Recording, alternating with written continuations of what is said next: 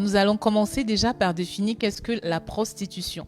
La prostitution, c'est le fait de livrer son sexe ou son corps, ou le sexe et le corps, à autrui contre de l'argent, mais ça peut aussi être contre des biens, contre un logement, contre des cadeaux, contre de la nourriture, bref, en échange d'une reconnaissance.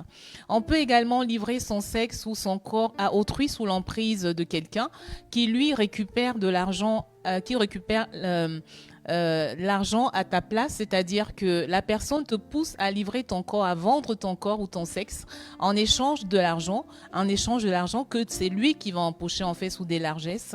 Donc cela s'appelle un proxénète, quelqu'un qui fait ce genre d'activité, qui livre les autres, qui livre les corps des autres, qui oblige les personnes à se livrer à d'autres personnes en échange d'argent ou en échange des largesses. Cette personne s'appelle un proxénète parce que cet argent parfois ne revient pas à la personne qui vend son corps, elle revient à cette personne qui manipule les autres.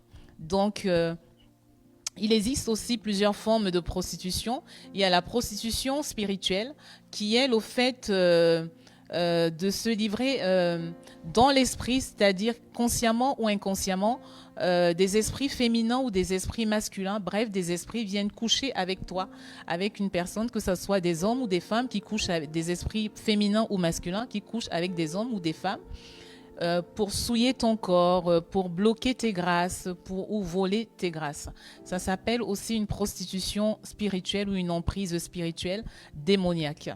Ce genre de pratique s'appelle avoir un mari de nuit ou une femme de nuit ou une femme spirituelle ou un mari. Ça veut dire que physiquement, tu peux être célibataire ou marié et spirituellement, tu es aussi marié à un homme ou à une femme spirituelle ou alors tu es sous l'emprise d'un esprit démoniaque qui prend possession de ton corps, qui a des rapports sexuels avec toi, mais dans l'esprit, pas physiquement. Donc, généralement, des personnes qui sont livrées à ce genre de pratiques, parfois elles sont inconscientes et parfois elles sont conscientes. Et celles qui sont inconscientes, parfois ça peut bloquer le mariage, ça peut bloquer... tu peux rencontrer des difficultés dans ton couple en étant marié. Tu rencontres beaucoup de difficultés dans ton couple parce que généralement cet esprit qui te possède, qui couche avec toi dans l'esprit, est souvent jaloux de ton partenaire.